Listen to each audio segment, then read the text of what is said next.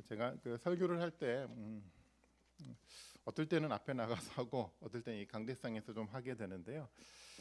왜 그렇게 좀 왔다 갔다 하냐면 제가 사실 설교를 준비할 때 한 A4 용지로 한 8페이지, 9페이지 정도 되는 분량으로 준비를 해요. 그래서 준비를 했다가 막 암기를 하려고 외우려고 부단하게 노력을 하는데 그래서 머릿속에 다 암기가 되면 원고 없이 앞에 나가서 하는데 아무리 외우려고 해도 외워지지 않으면 방법이 없으니까 그냥 원고를 들고 그냥 강대성에서 합니다. 그래서 앞으로도 잘 암기가 되면 앞에서 나가서 하고요. 그렇지 않으면 위에서 하도록 하겠습니다. 제가 이번 주는 특별히 그 설교 준비를 하면서 성경에 대한 고민도 많이 했지만 그 어떤 그 정치에 대한 고민을 좀 많이 하게 됐던 것 같아요. 고민보다도 관심을 좀 많이 갖게 됐죠. 뭐 저뿐만 아니라 여러분들도 마찬가지일 거라고 생각을 해요. 앞서 우리 장로님도 기도해 주셨지만 한국을 이끌어갈 정치 지도자가 뽑히는 한 주 아니겠습니까? 정말 중요한 부분이라고 생각을 해요. 저는 개인적으로 한국 사회가 건강한 어떤 사람들, 건강한 보수와 건강한 진보가 함께 모여서 이야기 대화하고 토론하고 그래서 건강한 어떤 정치 문화를 만들어가면 참 좋겠다라는 생각을 가지고 있습니다. 그런데 이게 정치인들은 그런 생각을 갖고 있지 않은 것 같아요. 그래서 어떤 진영 논리를 만들고 그래서 자기 편을 많이 만들어야 표가 자기에게 많이 오니까 진영 논리를 만들고 서로 간에 갈등하게 하고 또 다툼하게 하고 싸움하게 하고 그래서 또 사회를 좀 병들게 만들어가는 역할들을 많이 하는 것을 좀 보면서 많이 안타까운 마음으로 좀 정치를 좀 들여다보고 있어요. 그래서 좀 한국 사회가 좀 건강한 정치 어떤 사회가 좀 되었으면 좋겠다라는 간절한 기대를 좀 가지고 있습니다. 그러기 위해서 필요한 게 어떤 국민들, 시민들의 어떤 시민 의식이라고 생각을 해요. 물론 정치인들에든 뭐 잘못을 얘기할 수 있지만 저는 정치인들만의 잘못이 아니라 시민들이 투표를 바르게 해야 되지만 정치인들이 바르게 세워져 갈 수가 있는 거잖아요. 건강한 시민 의식을 통해서 사실 민주주의가 건강해져 갈 수가 있는 겁니다. 그래서 사람들이 만들어낸 진영 논리가 아니라 건강하게 어떤 사람들이 바르게 지도자로 세워져야 될지에 대한 어떤 진짜 고민과 또 그리스도는 기도하면서 어떤 투표에 임하면 참 좋겠다라고 생각을 하고요. 무엇보다도 그리스도에는 무엇보다도 중요한 것이 뭐냐면 보수다 진보다는 이 정치 이념이 아니라 사실은 성경의 관점에서 어떤 누가 더 성경에 근접한 성경의 세계관과 근접한 이야기를 하는지를 살펴보고 사실은 판단할 줄 아는 그런 신앙의 관점이 그 무엇보다도 필요하다고 생각을 해요. 그래서 저는 우리 교회 성도님들이 어떤 진보와 보수라는 어떤 정치 이념이 아니라 하나님 나라의 관점에서 성경의 관점에서 현명한 선택을 하고 성숙한 선택을 해서 그래도 이 한국이라는 나라가 건강한 민주주의가 좀 만들어져가는 그런 길을 열어갈 수 있었으면 좋겠다라는 좀 마음을 좀 갖습니다. 사실 정치 지도자가 뽑히는 것은 굉장히 중요하잖아요. 지도자가 건강한 지도자가 뽑혀야 되지만 공동체가 한 나라 공동체가 방향을 바르게 잡고 앞으로 더 전진해 나갈 수 있는 겁니다. 굉장히 중요한 문제라고 생각을 해요. 그렇기 때문에 건강한 지도자가 뽑혀야 되고 그뿐만 아니라 그 국민은 또 시민은 건강한 의식과 생각을 가지고 선택을 할 줄 아는 어떤 그런 모습이 우리 가운데 있어 가야 되지만 이 건강한 사회가 만들어져 가요. 그 너무 중요하고요. 뭐 그것은 뭐 나라 공동체뿐만 아니라 우리 교회 공동체도 마찬가지죠. 바른 지도자가 세워져 가야 돼요. 목회자들뿐만 아니라 직분자들도 마찬가지죠. 건강한 신앙을 가진 건강한 사람들이 지도자로 세워져야 되지만 교회 공동체가 방향을 잃지 않고 바르게 앞으로 나갈 수가 있는 겁니다. 너무 중요하지 않겠습니까? 저는 그런 의미에서 그런 맥락에서 오늘 본문은 우리에게 굉장히 중요한 통찰력을 줄 수 있다라고 좀 생각을 가지고 있어요. 오늘 본문은 이스라엘의 영적 지도자였던 에스라가 세워지는 이야기를 본문이 좀 하고 있어요. 이 본문의 이야기를 통해서 우리가 또 어떻게 지도자를 세워야 될지에 대한 통찰력, 방향을 우리가 좀 알 수 있지 않을까라는 생각을 좀 하게 됐습니다. 에스라가 지도자로 세워지는 이 상황을 이해하기 위해서 먼저 우리가 좀 알아야 될 것이 뭐냐면 당시 이스라엘의 상황에 대한 이해가 우리가 먼저 필요해요. 어떤 상황에서 에스라라는 지도자가 세워졌는지 그 상황을 이해할 때 이 에스라가 어떤 지도력을 가지고 있는지를 명확하게 볼 수가 있거든요. 두 가지 측면에서 먼저 이야기를 좀 나눠보려고 하는데요. 먼저 이스라엘 공동체는요, 사실은 성경이 없는 시대에 살고 있었습니다. 물론 모세의 율법이 기록으로 남아 전해졌기는 했지만 완전한 형태로 기록이 보존되어 전해지지 못한 상태였어요. 우리가 생각해 볼 수 있습니다. 구약의 시대에는 오늘날 종이가 아니라 이 파피루스나 양피지 같은 것에 성경을 기록해 보관하고 있었어요. 여러분 아시겠지만 이 파피루스라는 것은 그 이집트 나일강 주변에 있었던 파피루스라는 식물의 줄기를 잘라가지고 납작하게 만들어서 그것을 붙여서 종이화해서 기록 사용해서 이제 그 가운데 글을 좀 기록을 하는데요. 이것이 우리가 생각하는 것처럼 종이처럼 장시간 오랫동안 좋은 상태 속에서 계속 이 기록물이 유지될 수 있게끔 만들어가는 그런 매체가 아니었습니다. 그러니까 모세의 시대로부터 지금 에스라의 시대까지는 사실은 1000년 정도의 시간적 간격이 좀 있는데요. 이 긴 기간 동안 온전하게 유지되고 전달될 수 있는 어떤 그런 기록물이 아니었어요. 그래서 실제적으로는 많은 부분이 훼손되고 많은 부분이 사실은 사라졌어요. 또 더군다나 성전이 무너졌고요. 그래서 율법을 기록한 책을 보존해야 될 사람들이 포로로 잡혀가지 않았습니까? 포로로 잡혀가고 지금까지 한 100년이라는 시간이 지나갔는데 이 시간 동안 이 기록물이 잘 보존되었다는 기록물이 사실 있지 않아요. 우리가 상상할 수 있는데 실제 남아있는 것들은 사람들의 기억 속에 있는 율법에 대한 이야기가 있었고요.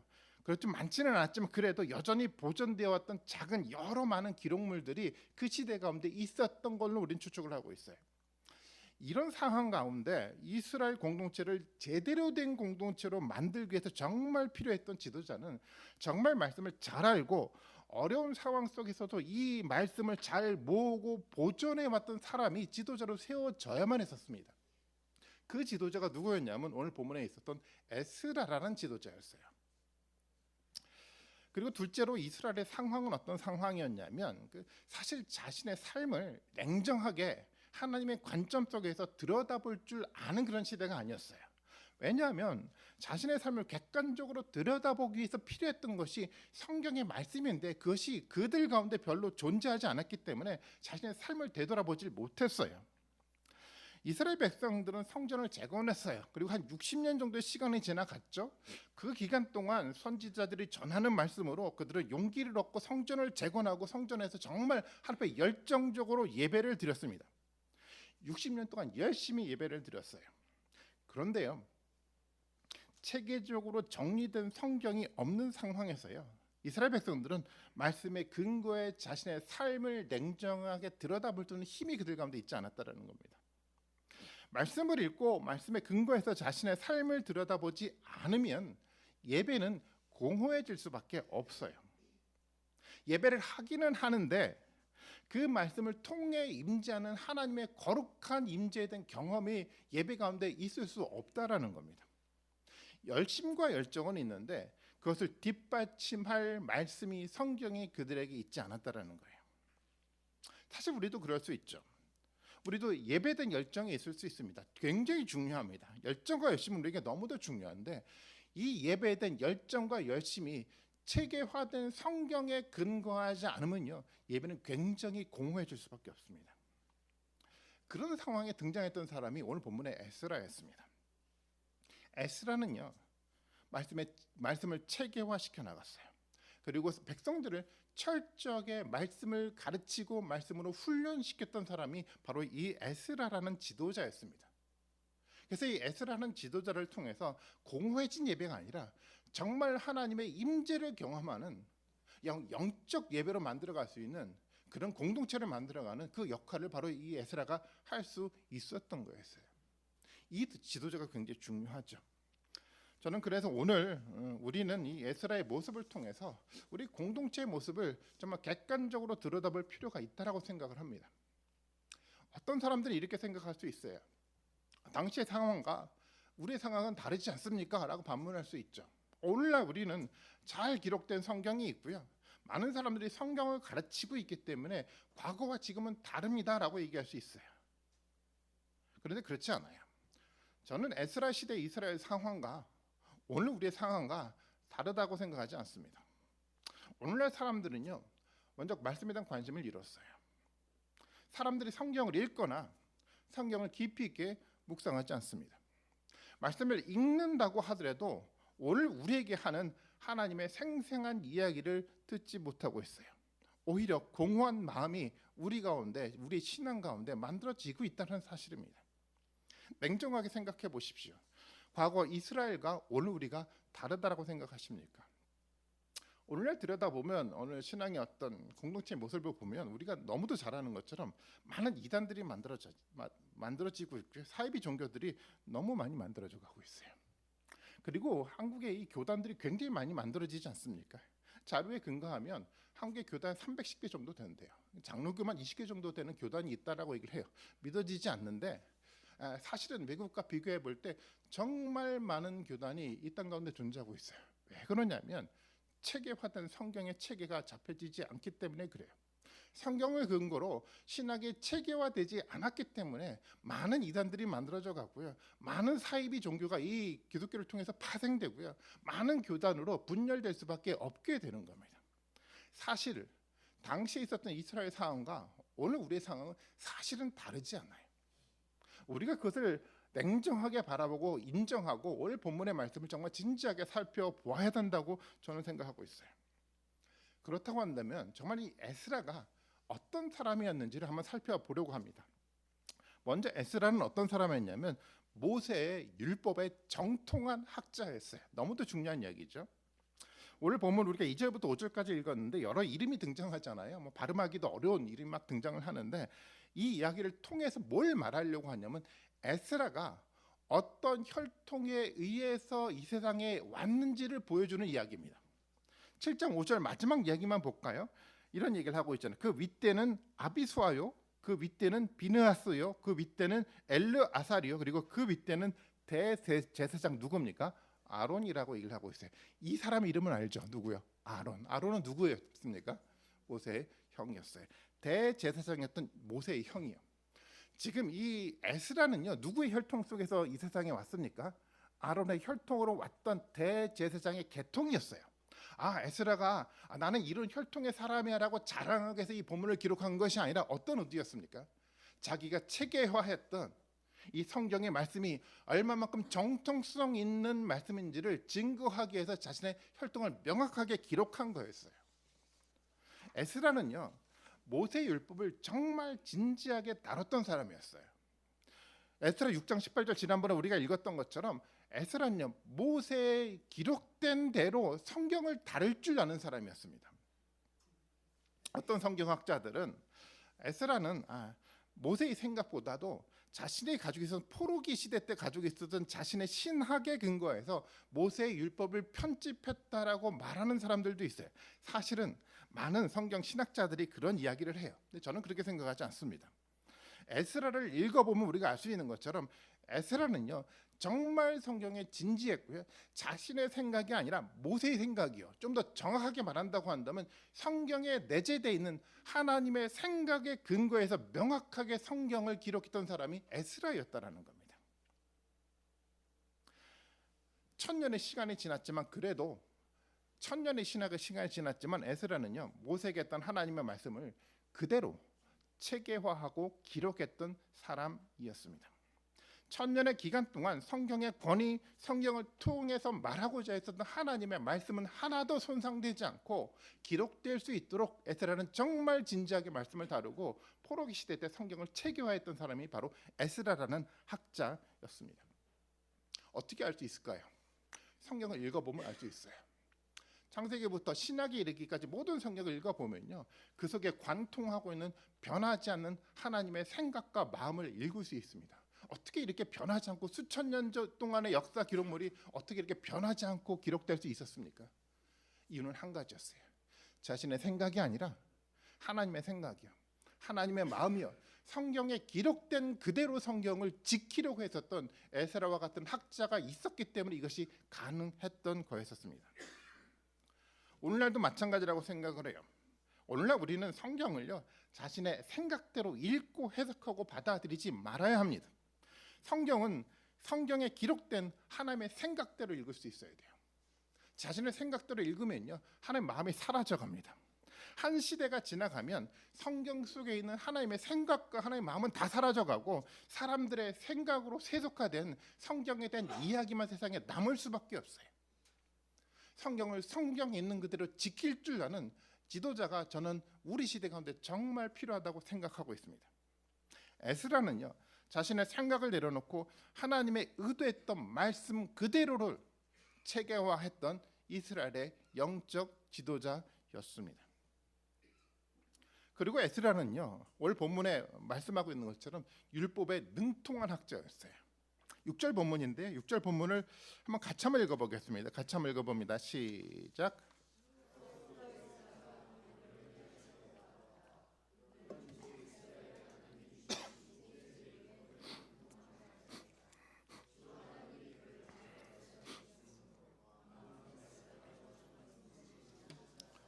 아멘. 본문에서 에스라는 뭐라고 소개를 하고 있냐면 율법에 능통한 학자였다고 설명을 하고 있어요. 여기서 능통하다라는 말은요, 히브리어로 마히르라는 단어가 쓰였는데 이 말은 그 잠언에서는 이렇게 폭넓게 사용이 되는데 어떻게 폭넓게 사용하냐면 이 단어는 굉장히 능숙하고 부지런할 때 사용되는 단어가 이 단어였어요. 우리 말로 말한다고 한다면 이 에스라는 어떤 사람이냐면 굉장히 똑똑한 사람이었는데 또한 굉장히 열심히 연구하는 사람이 이 에스라라는 사람이었어요. 아주 똑똑한데 굉장히 성실하고 부지런했던 사람이야. 열심히 하는 사람이 바로 이 에스라라는 사람이었다라는 겁니다. 이런 사람이 지도자가 돼야 하지 않을까요? 정말 지혜를 가지고 성실하게 부지런하게 헌신할 줄 아는 사람이 교회 지도자로 세워져 가야 돼요. 저는 에스라의 모습을 보면서 또 한국 교회 역사 속에 있었던 지도자의 모습을 한번 생각해 봤어요. 한국 교회의 어떤 역사를 들여다보면 좀 아쉬운 부분이 있습니다. 사실 한국 교회가 태동할 때 하나님 어마어마한 축복을 한국 교회에 쏟아 부어 주셨잖아요. 부흥의 축복을 쏟아 부어 주셨어요. 부흥의 역사를 한국 교회가 경험하게 만들어 갔어요. 교회는 세워져 갔고요. 많은 사람들이 교회에 몰려들기 시작을 했어요. 그런데 안타까운 것은요, 체계화된 성경의 신학 체계를 가지고 지도자가 세워지지 않았다는 거예요. 한국 교회는 당시에 부흥사들이 활동을 좀 했던 시기였잖아요. 부흥사들이 많은 사람들을 대상으로 집회를 하면서 한국 교회를 이끌어 갔어요. 열정이 우리 교회 가운데 있었습니다. 그런데요, 다음 단계 우리는 성장해 나가야 돼요. 어떤 사람을 통해서 성장해 나가야 되냐면 체계화된 신학의 체계를 가지고 교회를 체계화시킬 수 있는 지도자가 사실은 필요했던 거였습니다. 그런데 한국 교회가 그렇지 못했어요. 끊임없는 부흥사들을 통해서 한국 교회가 지금까지 만들어 왔다는 것이 조금 아쉬운 부분이었어요. 그래서 때때로는 열심과 열정은 너무도 많은데 때때로는 그 열정과 열심이 뒷받침되지 않은 신학의 문제 때문에 굉장히 공허한 신앙, 공허한 교회가 사실은 만들어진 것이었습니다. 저는 에스라와 같은 이런 지도자가 우리 가운데 필요하다고 저는 믿고 있어요. 세 번째, 그리고 에스라는 어떤 지도자였냐면 정말 균형 잡힌 신앙을 가진 지도자였어요. 6절의 말씀 하반부를 다시 한번 보면 이렇게 얘기를 하고 있잖아요. 주 하나님이 그를 보살피셨으므로 왕은 에스라가 요청하는 것은 무엇이나 다 주었다라는 표현을 하고 있는데요. 첫 번째, 하나님이 그를 보살피셨대요. 이야기는 어떤 이야기입니까? 하나님이 보살핀다라는 것은 하나님의 보살핌을 볼 줄 아는 영적인 눈을 에스라가 가지고 있었다는 얘기잖아요. 아니, 하나님 보살피는데 그걸 어떻게 알 수 있습니까? 영적인 눈이 떠져야지 하나님 보살핌을 알 수가 있잖아요. 어떤 사람들은요, 하나님의 보살핌이 있는데 하나님이 축복하시는데 몰라요. 왜 모릅니까? 영적인 눈이 떠지지 않았거든요. 알지 못하거든요. 근데 에스라는 그렇지 않았어요. 에스라는요, 하나님의 보살피심을 자신의 삶을 통해서 아주 세밀하게 경험하고 살아갔던 사람이 에스라였습니다. 에스라를 통해서 우리가 알 수 있는 것처럼은요, 이 에스라는 말씀을 통해서, 말씀의 연구를 통해서 영적인 눈이 떠져갔고요. 그래서 이 페르시아의 어떤 왕이었던 고레스와 다리우스와 아닥사스다 왕이 아니라 그 너머 속에서 이스라엘 역사를 만들어가고 이스라엘 역사 공동체를 보호하시는 하나님의 위대한 섭리를 볼 줄 아는 통찰력이 에스라에게 있었다라는 거예요. 이런 시각이에요. 지난주 우리가 요한복음의 말씀을 통해서도 나눴지만 육적으로 눈을 떠가는 것이 아니라 영적으로 눈을 떠갈 때 비로소 하나님의 역사를 볼 줄 아는, 하늘의 나라를 볼 줄 아는, 하늘의 뜻이 이 땅 가운데 실현될 수 있는 그런 어떤 것들을 경험할 수 있게 된다는 겁니다. 하나님의 보살핌이 있었다는 것은 그만큼 영적으로 민감하게 반응했다는 의미였어요. 에스라는 그런 사람이었습니다. 그리고 본문에 말하고 있는 것처럼 에스라는요, 왕에게 많은 것을 요구했어요. 포로로 잡혀간 사람이 왕에게 어떤 것을 요구한다는 것은 때때로는 굉장히 위험한 상황에 처해진다는 의미이기도 했어요. 위험할 수 있어요. 그런데도요, 에스라는 주저하지 않았어요. 왜 그렇습니까? 하나님의 보호하심을 믿고 있었거든요. 하나님의 역사를 영적 눈으로 볼 줄 아는 힘이 있었기 때문에 그는 주저함 없이 왕에게 자신 어떤 위기가 있다고 하더라도 담대하게 요청하고 그것을 받아낼 줄 아는 그런 균형 잡힌 신앙이 바로 이 에스라의 신앙이었다라는 겁니다. 에스라는 하나님의 보살핌을 보고 있었어요. 믿고 있었어요. 그렇지만 수동적으로 그냥 기다리는 사람이 아니었습니다. 오히려 하나님의 말씀을 믿고 더 담대하게 도전하며 살았던 사람이 바로 에스라라는 사람이었어요. 이것이 균형 잡힌 사람의 신앙의 모습이죠. 오늘날 어떤 사람들은 열심히 기도하고 하나님의 보살핌을 믿고 있지만 행동하지 않고 수동적으로 기다리기만 하는 사람들이 좀 있어요. 왜 기다립니까? 사실은 믿음이 있지 않기 때문에 그래요. 행동하지 않아요. 균형을 잃은 신앙의 모습이라는 겁니다. 참된 믿음은요, 수동적으로 기다리는 것을 말하지 않아요. 하나님의 보살핌을 믿고 있기 때문에 더 적극적으로 담대하게 도전하며 행동하고 헌신할 줄 아는 사람이 균형 잡힌 신앙의 모습인 거였습니다. 말씀을 묵상하고 우리는 기도할 줄 알아야 돼요.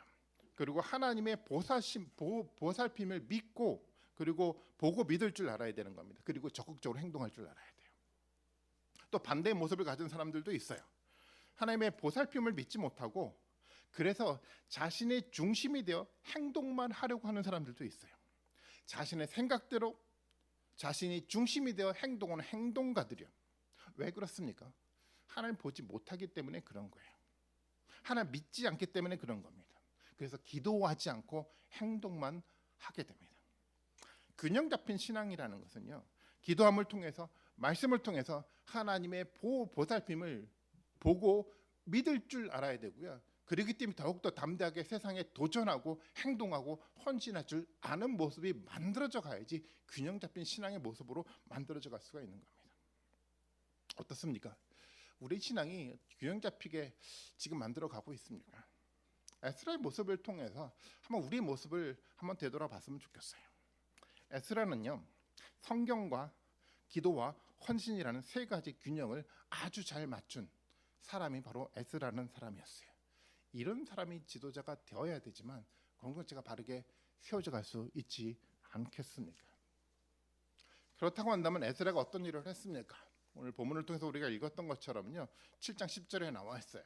에스라 했던 역할은 아주 명확합니다. 저는 이 이야기가 오늘 우리가 들어야 될 이야기라고 저는 믿고 있어요. 하나님이 에스라를 통해서 어떤 이야기를 했는지 한번 7장 10절의 이야기를 다시 한번 읽어보겠습니다. 같이 한번 읽어봅니다. 시작.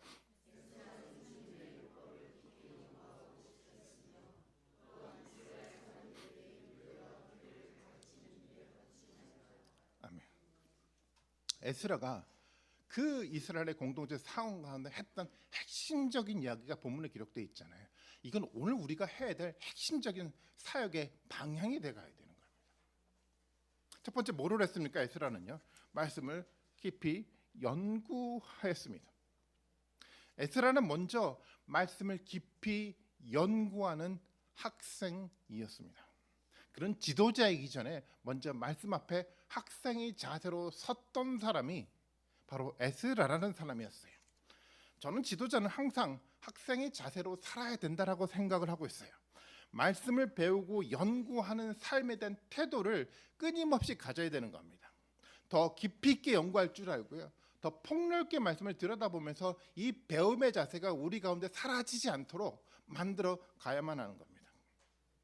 어떤 목회자들은요, 신학교를 졸업하면 마치 공부가 끝난 것으로 생각하는 사람들이 있어요. 정말 위험한 지도자의 자세인 겁니다. 지도자가 배움을 중단하는 순간 공동체는요, 영적 침체에 빠질 수밖에 없게 되는 겁니다. 목회자뿐만 아니라 직분자들도 마찬가지입니다. 장로가 되고 권사가 되었기 때문에 이제는 말씀을 배울 필요가 없다고 생각하는 순간 공동체는 말씀에 대해 관심을 잃게 될 수밖에 없습니다. 말씀이 없는 공동체를 세워가게 돼요. 세상의 논리가 교회 가운데 들어오기 시작을 합니다. 사실은 교회 공동체 가운데 이런 일들을 너무 많이 보게 돼요. 교회가 어떤 의논을 하거나 어떤 여러 가지 회의를 많이 하게 되면 그런 일들이 너무 많이 발생합니다. 예전에 우리가 뭐 교회 어떤 뭐 당회라든가 좀 더 넓게 보면 노회라든가 어떤 가다 보면 그런 모습들이 너무 많이 보게 돼요. 예배를 하긴 하는데 말씀의 논리가 아니라 세상의 정치 논리가 그 모임을 이끌어가는 모습을 너무 많이 보게 됩니다. 왜 그렇습니까? 말씀이 중심이 되지 않아서 그런 거예요. 여러분 너무 많이 경험하지 않았습니까?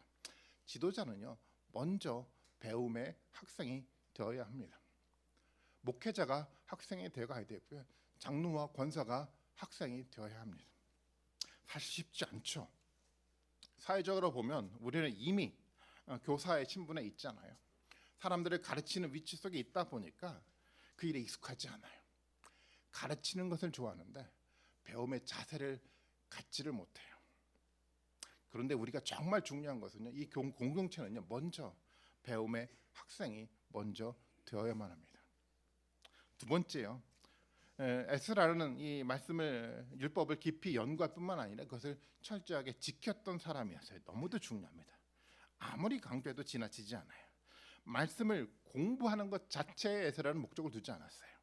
말씀을 공부하고 연구하는 목적 자체가 그것 자체가 아니라 말씀을 실천하고 행동하기 위해서 공부했던 거였어요. 이것이 궁극적인 목적이잖아요. 말씀은요 행동해야 말씀이 살아있다는 것을 경험하게 되는 겁니다. 공부 자체가 많은 지식을 얻는 것 자체가 성경을 깊이 연구하는 것의 목적이 아닙니다. 궁극적인 목적은 뭐죠? 그 연구된 이야기를 실제적으로 실천하고 행동하며 삶으로 만들어가는 것이 궁극적인 목적에 있는 겁니다. 저는 이 실천을 통해서 하나님의 말씀이 주시는 영적 지혜가 우리 가운데 생겨나야 된다고 저는 믿고 있어요. 우리는 보통 그 지식과 지혜라는 단어를 이렇게 혼용해서 많이 쓰게 되는데 두 개의 단어를 좀 우리가 분리해서 이해될 필요가 있어요. 지식이라는 단어는 성경에 있는 이야기 자체가 우리 머릿속에 기억되는 것을 말하고요. 지혜라는 것은 좀 다릅니다. 지혜라는 것은 머릿속에 단순하게 기억되는 것이 아니라 마음에 새겨지는 것이 하나님의 지혜입니다. 그래서 지혜는요 행동하게 만들어가고 지혜를 가지고 어떤 세상을 이해하고 판단하고 행동하게 만드는 궁극적인 어떤 근원이 되게 만들어가요. 마음에 있는 지혜는요 단순하게 지식에 끝나는 것이 아니라 우리를 행동하게 하는 근거가 되는 겁니다. 우리도 그렇잖아요. 어떤 이야기를 들으면 어떤 지식을 들으면 아 맞아라고 머릿속에 가지고 있다고 해서 행동하지 않아요. 그 이야기가 우리 마음에 닿아야만 우리가 행동하지 않습니까? 마음속에는 지혜가 만들어져 가야 되지만 우리는 행동하고 헌신할 수 있게 되는 거예요. 많은 지식이 있다고 되는 것이 아니에요. 예배도 마찬가지 아닐까요? 예배는 하나님의 임재하는 거룩한 예배입니다. 아무리 머릿속에 암기한다고 해서요 거룩한 예배가 드려지지 않아요. 이 이야기가 마음에 와 닿아야 돼요. 마음에 와 닿는 지혜 가운데 하나님이 이 예배가 거룩한 임재하는 하나님의 예배라는 고백이 있다고 한다면 이 예배 시간에 딴 생각할 수가 없어요. 하나님 임재하고 있거든요. 이 지혜가 우리 마음 가운데 작동하게 되면요 예배는 달라질 수밖에 없습니다. 단순한 지식이 아니라 정말 이 지혜가 우리 마음 가운데 들어올 수 있어야 돼요. 어떻게 들어올 수 있습니까? 이 길입니다. 말씀을 실천하는 거예요.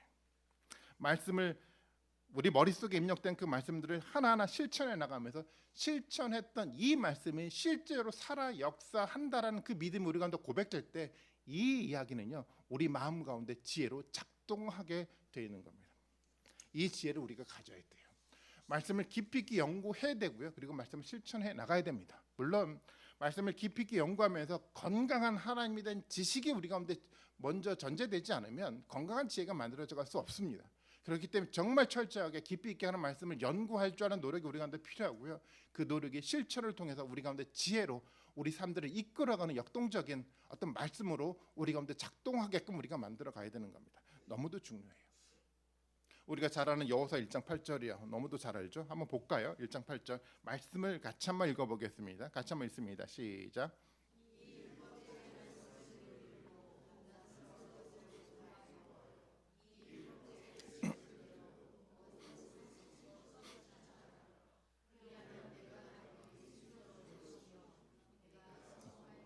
아멘. 여호수아에게 했던 이야기지만 아시는 것처럼 이 이야기는 뭐 여호수아에게 했던 하나의 이야기가 아니라 성경 전체의 이야기잖아요. 성경 전체는 반복해서 이 말을 얘기하고 있어요. 밤낮으로요 하나님 말씀을 깊이 있게 연구할 줄 알아야 됩니다. 그리고서 그것으로 끝나는 것이 아니라 그 연구했던 말씀에 기록된 그대로 모든 걸 성심껏 최대한도로 실천하며 헌신할 줄 아는 모습이 있어 가야 된다고 말씀하고 있는 겁니다. 그리할 때 비로소 하나님의 역사하는 거예요. 말씀을 연구하고 말씀에 대한 행동을 할 때 하나님의 형통한 삶을 우리 가운데 만들어가는 겁니다. 우리는 계속 이 말씀을 사실은 나눠왔어요. 정말 말씀이 우리 가운데 깊이 있게 연구되기를 바라고요. 이 말씀이 우리 실천을 통해서 이 말씀이 우리 삶을 지배하는 하나님의 영적인 통치가 이루어지는 하나의 어떤 매개가 될 수 있는 축복된 말씀이 되어야만 합니다. 그리고 마지막으로 말씀을 가르쳐야 됩니다. 그래야지 믿음이 이어지는 것 아니겠습니까? 디모데후서 2장 2절 말씀인데 이렇게 기록하고 있어요. 사도 바울은 디모데에게 이런 얘기를 하죠. 그대가 많은 증인을 통하여 나에게 들은 것을 믿음직한 사람들에게 전수해 주십시오. 그리하면 그들이 다른 사람들을 또한 가르칠 수 있을 것입니다. 믿음의 성경의 이야기를 어떻게 해야 됩니까? 가르쳐야 되는 거예요. 믿음의 후배들에게 가르쳐야 되는 겁니다. 우리는 이렇게 생각할 수 있어요. 교회를 통해서 우리는 많이 가르쳐 왔어요. 그런데요, 말씀을 지키는 모습을 보여주며 가르쳐 오지 않았습니다. 교회에서 열심히 봉사를 하는데 집에 들어오면 부부싸움만 하는 것만 보여주는 그 가르침을 우리가 보여왔습니다. 교회에서는 말씀에 대한 많은 이야기를 해왔는데 막상 집에 오면 말씀 묵상을 함께하며 나누는 일을 해보지 않았어요. 사실은 가르치지 않았던 거였습니다. 가르침이라는 것은 단순한 지식을 가르치는 것이 아니라 가르치고 우리가 깊이 있게 연구하고 실천하고 행동하면서 만들어져 갔던 하나님의 역사를 함께 나눔을 통해서 가르쳐 가야만 하는 겁니다. 그럴 때 가르쳐지죠. 여호수아를 통해서 했던 말씀처럼 여호수아는요, 말씀을 철저하게 묵상했던 사람이었어요. 말씀을 철저하게 실천하고 행동했던 사람이었습니다. 여호수아의 전쟁을 보면 너무도 분명하게 드러나요. 한 틈의 빈틈 없이 여호수아는 말씀만 붙들고 살아갔던 사람이었어요. 그러니까 하나님 형통하게 만들어 가잖아요. 근데 반대로요, 이 여호수아 이야기가 사사기에 넘어가면 전혀 다른 방향으로 흘러가게 됩니다. 시간이 지나가면서 사람들이 말씀을 가르치지 않았어요. 혼돈스러웠어요. 영적인 혼돈의 시대가 사사기 시대 아닙니까? 어떤 시대였습니까? 자기 생각에 옳은 대로 행동했던 사람들의 삶의 모습을 그들이 보여오지 않았습니까? 말씀을 가르칠 줄 알아야 돼요.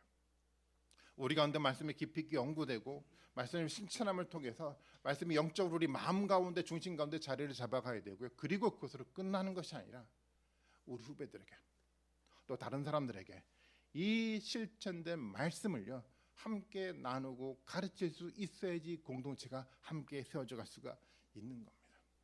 저는 이 가르침이 우리 가운데 있기를 바라겠습니다. 우리 자손들에게뿐만 아니라 우리 성도와의 관계 속에서도 이런 가르침들이 있는 그런 나눔이 있는 그런 공동체가 되었으면 좋겠어요. 우리가 모였을 때요, 다른 이야기가 중요한 것이 아니라 우리 가운데 역사했던 말씀의 위대한 역사를 나눌 줄 아는 모임이 우리 가운데 만들어져 가야만 합니다. 그래요, 말씀 중심의 공동체가 만들어져 갈 수가 있습니다. 에스라를 통해서 우리는 오늘날 한국교회 가운데 또 시온소교회 공동체 가운데 어떤 지도자가 필요한지에 대한 이야기를 나누었습니다. 우리 가운데 필요한 지도자는요, 물론 목회자뿐만 아니라 직분자들 모든 사람들이 다 지도자가 돼가야 돼요. 어떤 지도자가 돼가야 됩니까? 성경에 정통한 사람이 돼야 돼요. 성경에 능통한 사람이 돼가야 돼요. 성경을 깊이 있게 연구하고 실천하고, 그래서 실천된 하나님의 살아있는 역사의 그 말씀을 가르치고 나눌 줄 아는 그런 공동체가 되어가야 돼요. 그런 공동체가 되어갈 때 성경에서 하나님이 약속했던 것처럼 우리의 삶을 하나님이 형통하게 만들어가는 겁니다. 우리 삶의 공동체가 그렇게 그런 지도자의 모습을 통해서 그런 모습과 그런 결단을 통해서 하나님의 형통하심을 경험할 수 있는 축복된 공동체가 되는 겁니다. 저는 이 공동체가 그런 모습을 갖기를 좀 원합니다. 우리가 성숙해져 가야 돼요. 바른 판단과 바른 생각을 가지고 세상을 살아갈 수 있어야 돼. 그래야지 우리 공동체가 건강해져 갈 수 있지 않습니까? 또 초반부에 말씀을 드렸던 것처럼 우리는 또한 선거를 앞두고 있어요.